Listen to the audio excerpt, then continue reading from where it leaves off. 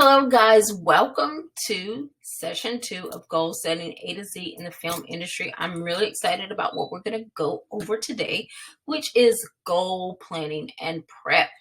So let's just remind ourselves, what are our writing goals? Writing jobs, writing assignments, optioning or selling our work, or getting an agent or a manager. Are the 4 goals that we're working on in this class that are attached to one of 4 of our course projects, which I hope you guys have started to work on because there's not that much time. There is enough time to get everything done, but it doesn't mean that we should procrastinate or wait till the last minute. So let's get into it. Writing jobs and writing assignments is what we're talking about first today. And what are mini goals? They are the goals that are essentially steps that are going to help us attain that big writing goal. So the mini goals for writing jobs and writing assessments are exactly the same. Now, as we're going through this, guys, if there's anything extra that you want to put in here, you want to break things down a little bit further because you are a little bit more detail oriented, that's fine. If there are some things that are action steps that you've already done, don't put them in there. So this is just a sample that we can go off of so we know we're all on the same page. And if you are optioning or selling or are looking to get an agent or a manager, please don't skip over this. We have some really good information in here that'll be beneficial to you too. Okay, so last week we put in our motivation, our start date, our projected due date, and our duration. And I think most of us are working off of the 6 or the 12-month course, which is a really good duration for all of these, because it's really going to depend on the time that you have, where you are in the process, and just a little bit of luck. Never hurt anybody. It's going to depend on a lot of those things, how long this is going to take you, but 6 to 12 months is a good range. Not too far off, but not too close either. So, our action plan for this is to prepare our scripts and samples, to apply for projects, research where to find a job or an assignment. And then the next section under that is roadblocks. I want to spend some time here, guys. A roadblock is anything that is going to prevent you or slow you down from attaining your goal. And it's good that we address these. We know what these are. We think about these before we get started with our goal. So when we encounter them, we know what to do. So say that for you, you just don't have a lot of time.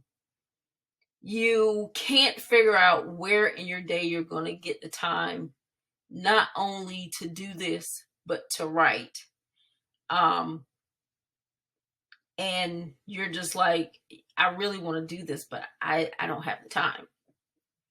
I would encourage you to spend a day, if not a week, and just catalog where your time goes. This is the same thing that they use in budgeting. Catalog what you're spending, catalog what you're spending your time on. Generally, for most people, they do have the time. They just don't realize that they do have it. Now, there are going to be those people who really don't have the time.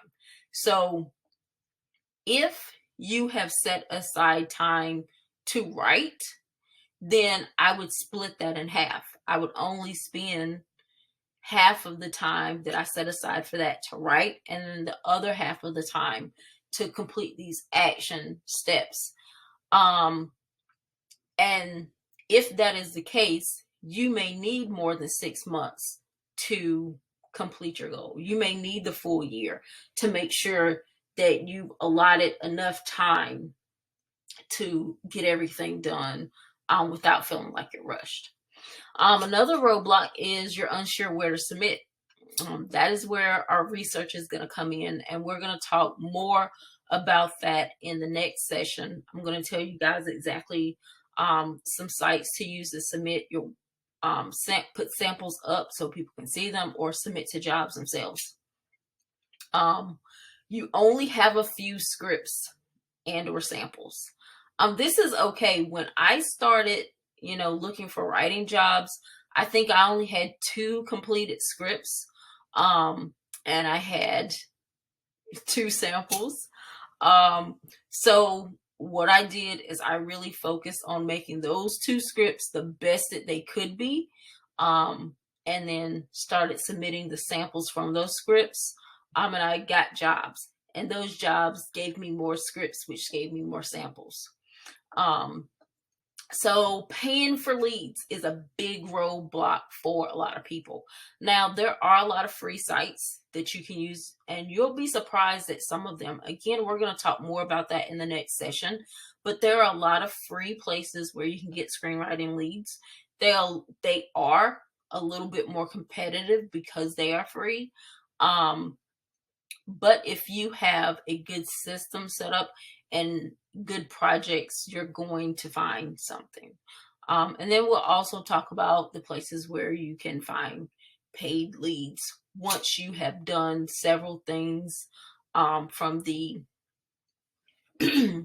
from the list of sites that are free, and you've gotten paid some money. I would set aside some money to do some paid leads, because those are going to be better leads. They're going to pay a little bit more. And they're going to allow you to continuously improve your writing and have better samples. So, like I said, whatever your roadblock is, think about it. You may find that as we're going through these action steps, they're like, oh my gosh, I have to do that too. And you'll think of another roadblock. Make sure you put it in your roadblock section. Just go and list out everything and anything that can potentially be a roadblock, because we want to know what they are. And once we have a complete list of our roadblocks, anytime we hit one, we want to look up and at our motivation and see why we're doing this, and then strategically plan a way around or through that roadblock. So moving on to action steps. The first thing you're going to have to do is prepare your scripts and your samples. So finish your scripts, polish them, go through multiple drafts, do multiple revisions, get feedback. Now, this feedback should be from other writers at this point, unless you have a community of people that you can submit it to. The best way to find other writers is to join a writing group. Facebook has plenty of writing groups. I'm a member of a writing group. I have my own writing group that I host. Writing groups are some of the best places that you can consistently get feedback on your work in an environment that is both fun and productive. So once you've gotten your feedback, you want to use that to prepare your samples. I don't think that I mentioned this before, but a sample does not have to start at page 1. I have seen clients ask for samples where certain things were taking place, and in my script that didn't happen on page 1. That happened probably on page like 50 something. So I went through my script and found where that fight scene happened, where this particular character had an emotional breakdown, where this character was being chased, a really scary scene, or a scene that was really funny. Sometimes people will ask you for very specific things. And so in that case, that's not going to start at page 1.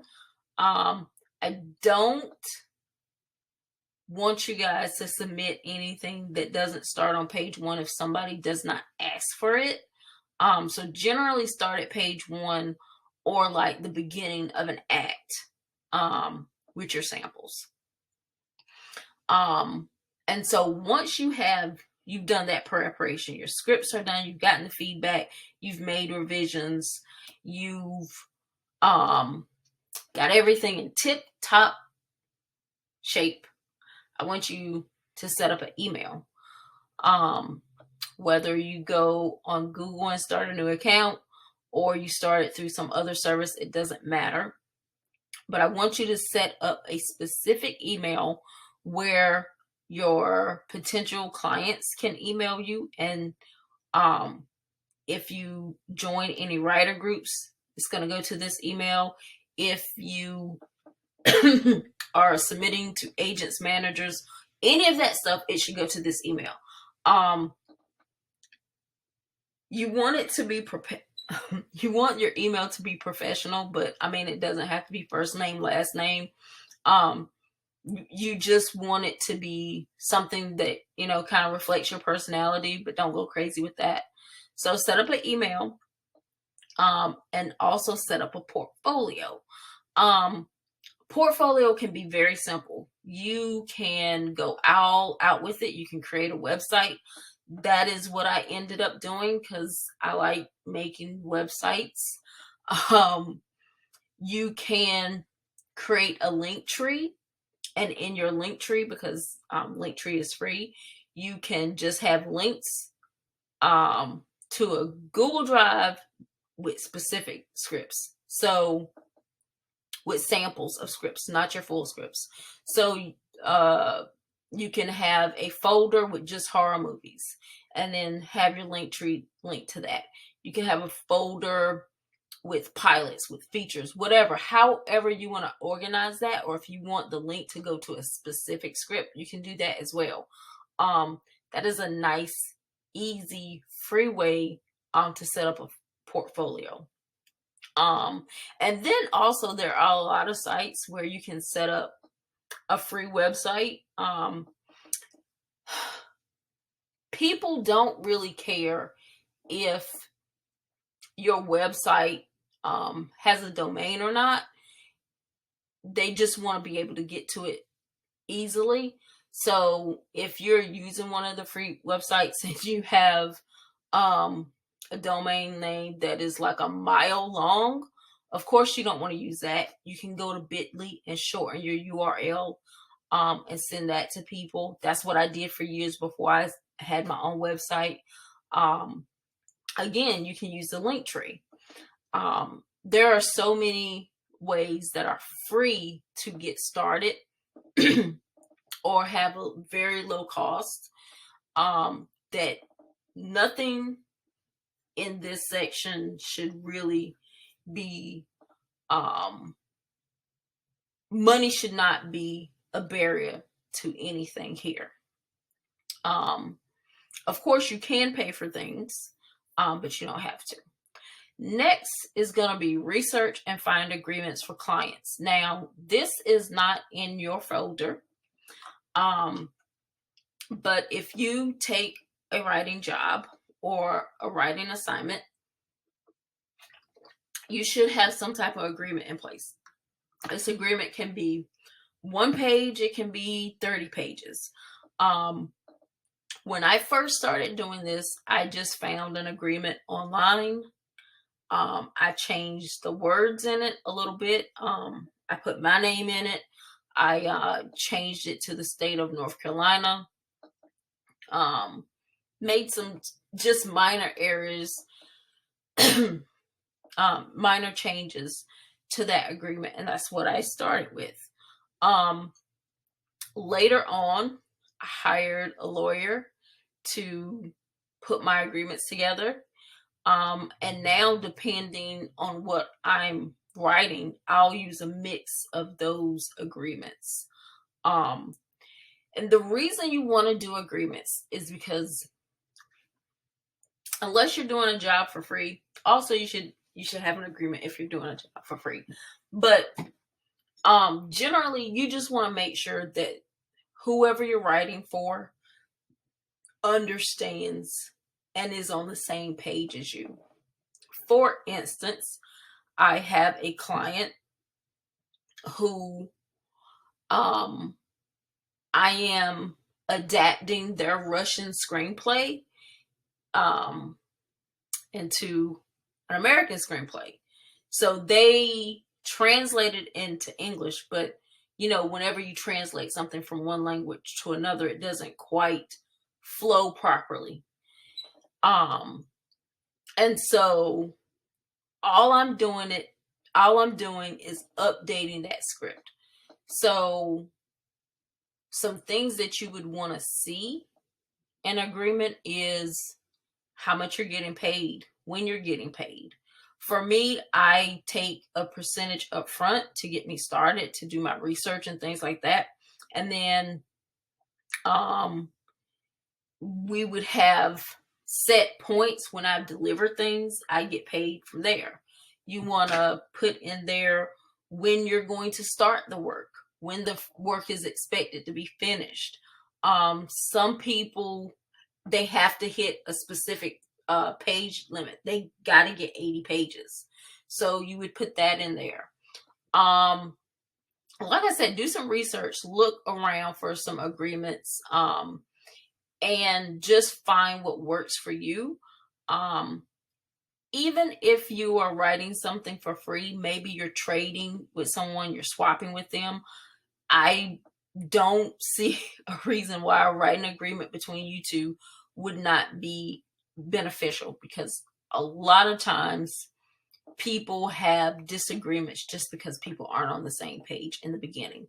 And a lot of people don't fully read emails when you put things in an email. So get an agreement. It makes things a little bit more official, lets people know that you're taking things seriously. And it also makes people take pause before being a little shysty with you. So the next thing that should be on your action step list is pick places to look for jobs and assignments. Again, this is research. There are a lot of places, a lot of places to find screenwriting jobs, both free and paid. The good thing, though, even about the paid ones, is none of them are more than $20 a month. So there's one that's 20, there's one that's 15, there's one that's 10, there's one that's 8.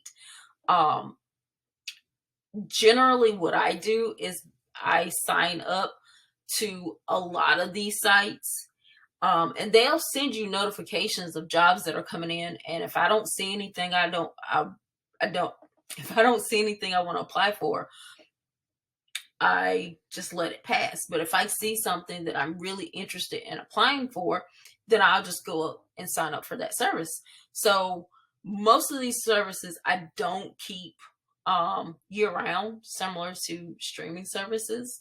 I take what I need when I need it. But it's good to see what's coming in so you can stay connected to the trends in the industry, because a few months ago, I saw that people were really looking for contained scripts. That still is the case. So I took a contained script that I had and I polished it up, and I'm going to start pitching that song soon. So just being subscribed to newsletters to get this information can be really beneficial to you as a writer, so you know the trends in the industry. And then finally, once you've done all that, you can start submitting to jobs. This is the fun, the scary, the exciting, the roller coaster, the ride part. All that other stuff can sometimes just seem like you're just doing a thing, you're trying to get through stuff. Some of these things are relatively easy, like setting up an email, and some are a little bit more complicated, like your portfolio and getting feedback and things like that. But once you get to the point where you're submitting to jobs, you now have a system in place that can help you get jobs for your lifetime. One thing I do want to point out is, as you're writing new scripts, you want to swap out what you're using for samples, unless you find that one or two things are really getting you a lot of return calls and emails or a lot of assignments. You can keep those up. But I find that not all of my samples really connect with people. There are actually 3 samples that I have been using for years and that have gotten me countless work. And then new things that I write, I put them up and I see how they do, those samples. And if they do well, I leave them there. If they don't, I put new things up. Because like I said before, not all samples are created equal. Some are going to be better at getting you jobs than others. So just keep that in mind. If something doesn't have any traction with it, after a month or two, if you've been sending out one sample, and you haven't got any hits, I would go to your writers group for feedback and see what they think on it. And I'd also think about switching it out to another sample. All right, now we're going to talk about optioning and selling and agents and managers. All right, your goal is to option or sell. Great goal. Action plan, prepare scripts to submit, research where to submit, get feedback, and submit. Again, roadblocks.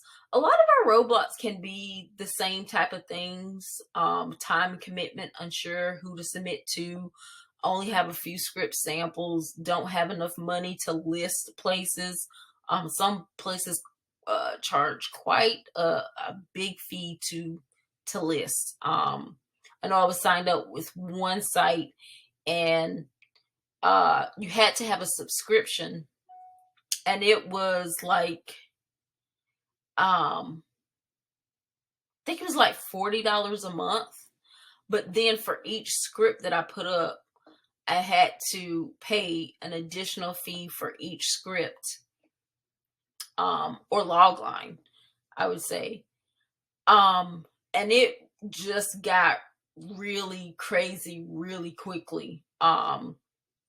So that can be a really big barrier. I know we haven't talked much about, and it's not on this list, but we haven't really talked about, confidence. I don't really have the confidence that I think I need to option or sell something. A lot of creatives can be shy, even though in our work we're very vocal. But when we're talking to people or things like that, we can be very shy. Believe it or not, I'm extraordinarily shy. I will shrink to the back of the group just because big groups terrify me. But when I'm doing something that I'm really passionate about, I can become a little bit extroverted and push the shy part of myself to the back. So if you're shy, you have anxiety or any of those things, you can still do this. You just have to work yourself up to it and take baby steps, but you can do it. Because I myself have done it. I have a lot of social anxiety sometimes, but I've been able to do this. So you can too. It just takes a little bit of work. So again, like I said, we really want to identify any and every roadblock we have. so that we can look up at our motivation and say, okay, this is why I really want to do this. It may take me some more steps to do it, depending on what your roadblocks are, but you can do it. You just have to keep pushing forward. So, with that said, action steps. Again, we're preparing our scripts. Before, I don't care how many times you've looked at something, I always like to look at something again. There may have been something that I missed. Case in point, I have a project. It has been the banner of a couple of these slides, Ladybugs and Other Fears. That is somewhat autobiographical. And when I first started putting that script out there, I didn't see any traction.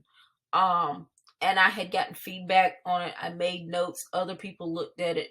And they were like, yeah, I really like this. And before I was going to list it on one particular site, I just decided to go back through it again.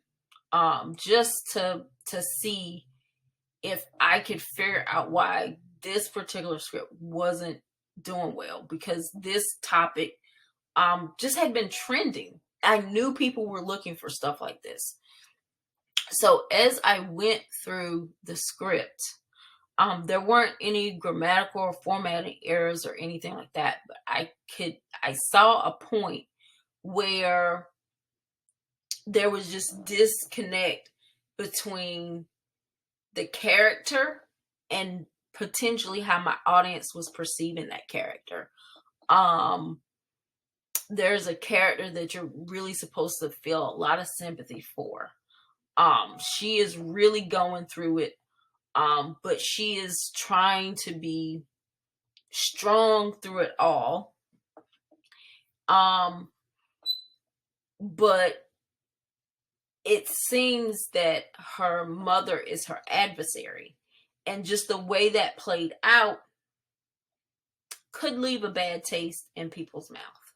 Could make people be like, I don't know if I want to make this particular project. Like, the story overall is good, it's interesting, but this point is like, and once I realized that, I realized the people who I'd sent feedback to, they understood the story that I was trying to tell, but the people who were reading it for the first time didn't know any of this. They didn't know the backstory of it.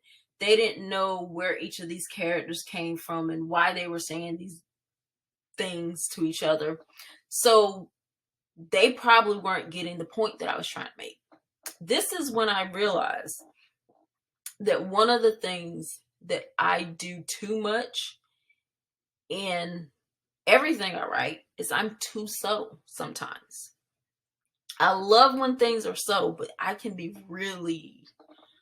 take it too far. So I was like, okay, this needs to be bigger. I need to connect these dots in a different way. I need an additional scene that really explains what's going on from the mother's perspective, so we can see her in a different light, and then we can see the mother and the daughter like really connect. And once I added those scenes and then cleaned up some stuff, because you can't just add a scene without it not messing up other things in your script. Once I made those changes and I submitted it, I really started to see traction with that particular script. And so, like I said, there was nothing inherently wrong with the script, but there were some ways in which it could be better. So always, especially if things are not getting traction, haven't received the best feedback, or have received great feedback, because I know the first person that I'd shown that script to, their words were, great script, it made me cry. And from their own, that's all I ever thought about that project. But there were some things that were still could have been better, even though that was the feedback. So yeah, prepare your scripts, get feedback. Now the big thing, research producers, companies, etc. looking for project like mine and places to post a script. So, IMDb is a wonderful, wonderful thing. I believe now everybody can sign up for a free account as a new thing that they have done. I still believe though you have to sign up for IMDb Pro, but there's also a way around this. So if you can afford it, sign up for IMDb Pro, because it's going to give you access to the production companies and the producers who produced that project. You want to look for projects that were similar to yours. So once you find 3 or 4 projects that are similar to yours, and you find those producers on IMDb, you want to get their contact information, go to their websites, look at their social media, and see if and how you can submit your project. Every company, every person is going to have a different process. So, excuse me, you want to really make sure that you find out what their process is and you adhere to it. So, when you are looking at companies, you don't want to submit it to the person who's at the top of the food chain. You want to submit it to the person who's at the bottom of the food chain, who maybe just started 6 months to a year ago, because they're going to be hungry. They're going to be the people that are really looking for projects. They need to impress their bosses. So once you have found and put together your list, you really want to comb through it and make sure these people are looking for things like your project. Now, we'll talk a little bit more about this in the next session, but there is a free way to do this. IMDb just lists everybody who's involved with the project. And nowadays, you can find anybody on the internet. If they're on social media, you can find them. And just see what they're posting, see what they're talking about. If they have a website, again, it's going to let you know what their submission procedure is. And then from there, you can reach out to those people and you can submit a query letter about your project. I feel like I made that sound really simple. And while the process itself and the things you need to do are simple, this really does take time. So if you list something on a site to option or sell, if you are contacting producers and companies, and you don't hear back in a day, in a week, in a month, don't be discouraged. Lots of people are submitting their stuff, 1. And 2, it just may not be a right fit, and that's okay.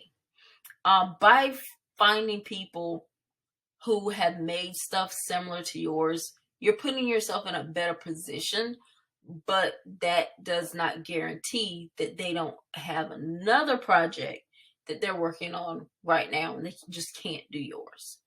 So keep those things in mind. What is not on this action plan that you may want to think about creating? It's not totally necessary, but if your writing goal was writing jobs and assignments and now you're doing option and sell, you already have a writing portfolio, and it might be a good idea if, your goal is starting with optioning and selling because you're a little bit further along. Maybe you want to create a portfolio that just shows a little bit of your personality, and has just a couple of samples. These don't have to be big things. My writing portfolio has just transformed a lot over the years. But it really reflects my personality, and it has stuff on there that people can, look at any time. And I have gotten far with that site, both for jobs and in the option sale department. So let's move on to agents and managers. Our action plan: prepare our scripts, work on our log line, synopsis, and pitch. Now,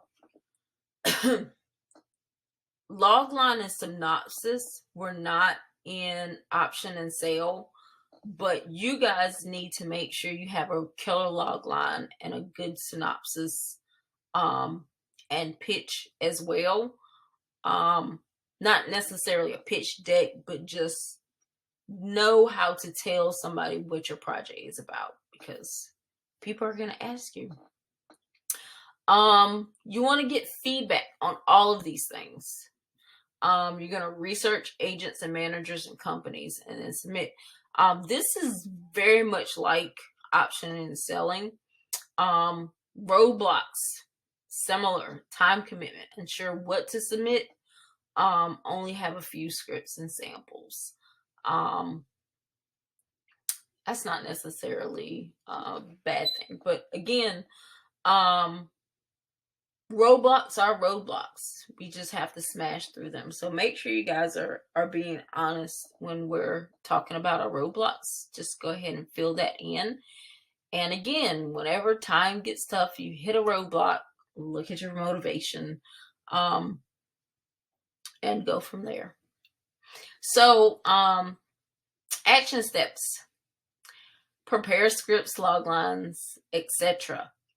Log lines, synopsises, pitches, query letters are all really important documents that are craft unto themselves. So if you need to take a workshop, if you need to watch a YouTube video, if you need to schedule a one-on-one with a writer, if you need to join a writing group, to just really explore these things a little bit more, do it. Because log lines, synopsises, and pitches, as you move forward in your career, you're gonna have to do them, and you need to know how to do them well. They don't always have to be perfect, but writing a really good log line helps an agent or a manager or a producer visualize the project in the marketing space. It tells them that you as the writer took the time to really understand what your project is about, which makes their job a little bit easier. And who doesn't love somebody that makes their job easier?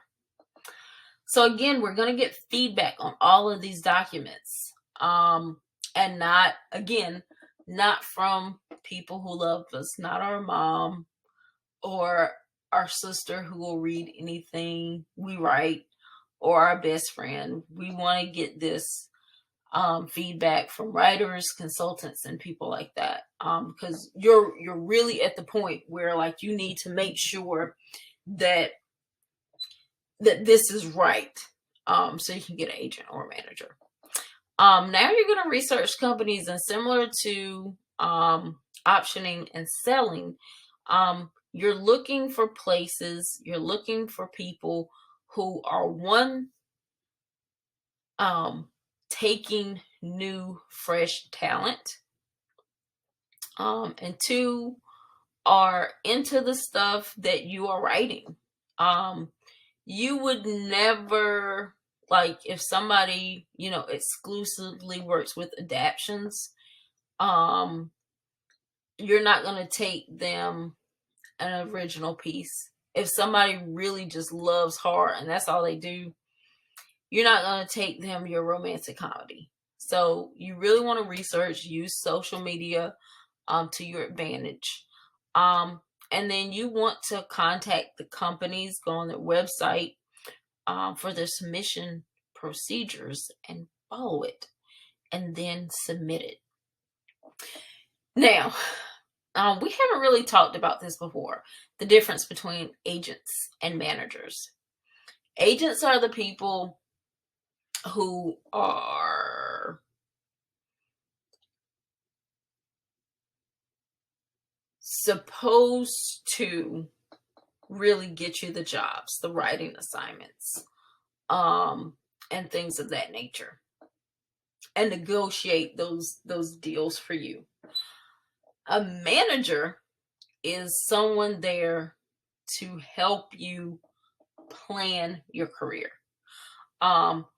I think because we are in 2022 currently of the recording of this, it's a lot easier for us to get writing jobs and writing assignments ourselves. It's a lot more important to have a really good manager, because they're not only going to help you become a better writer, they're going to help you plan your career.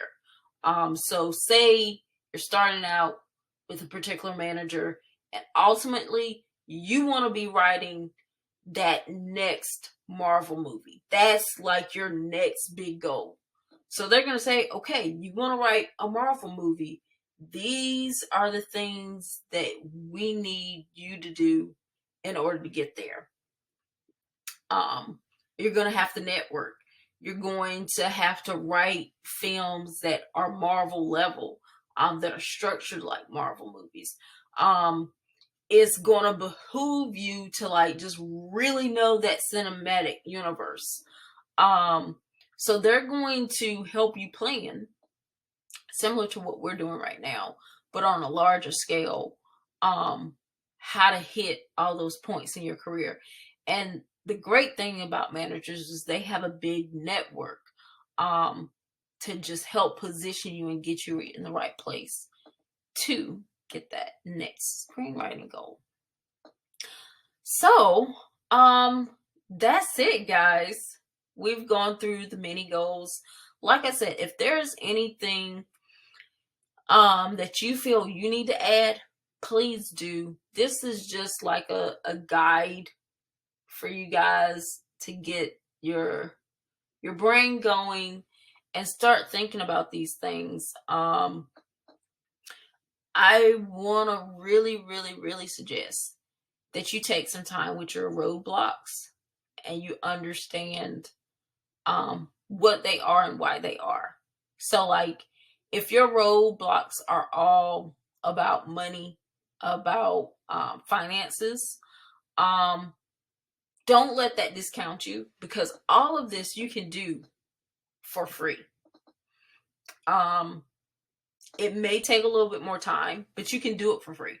Until I started making an income with my writing, everything that I did, every website that I made, and all these resources that I used the free version. People didn't care because they liked my writing and they hired me. So then as I grew, as I was making more money, then I was able to say, okay, now let me step up my game a little bit. And so I did that. If your roadblocks are about time, I believe we all have more time than we think we have.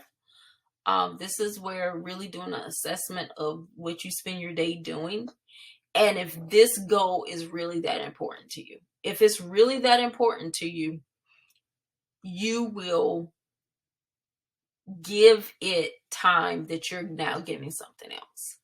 So for me, I don't go out a lot.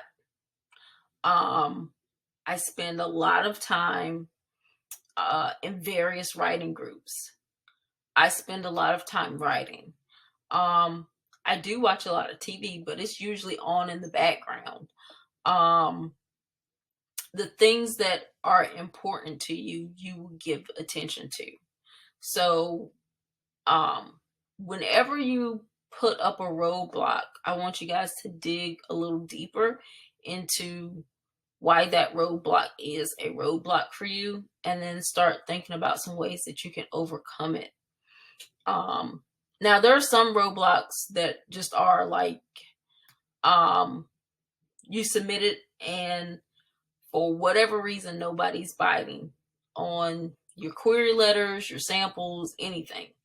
So it just may be a timing issue that whatever you have written, whatever you are putting out into the world, it's not time for it. Even though we live in Netflix, Hulu, Paramount Plus, Disney Plus, Apple Plus era, some films cannot be, I don't want to say cannot, are just not going to be made right now. It's going to be really hard to get something akin to a new superhero genre or world that's not in Marvel or DC universe, just because, quite frankly, people who are not like really big fans of those are getting a little tired of superhero movies.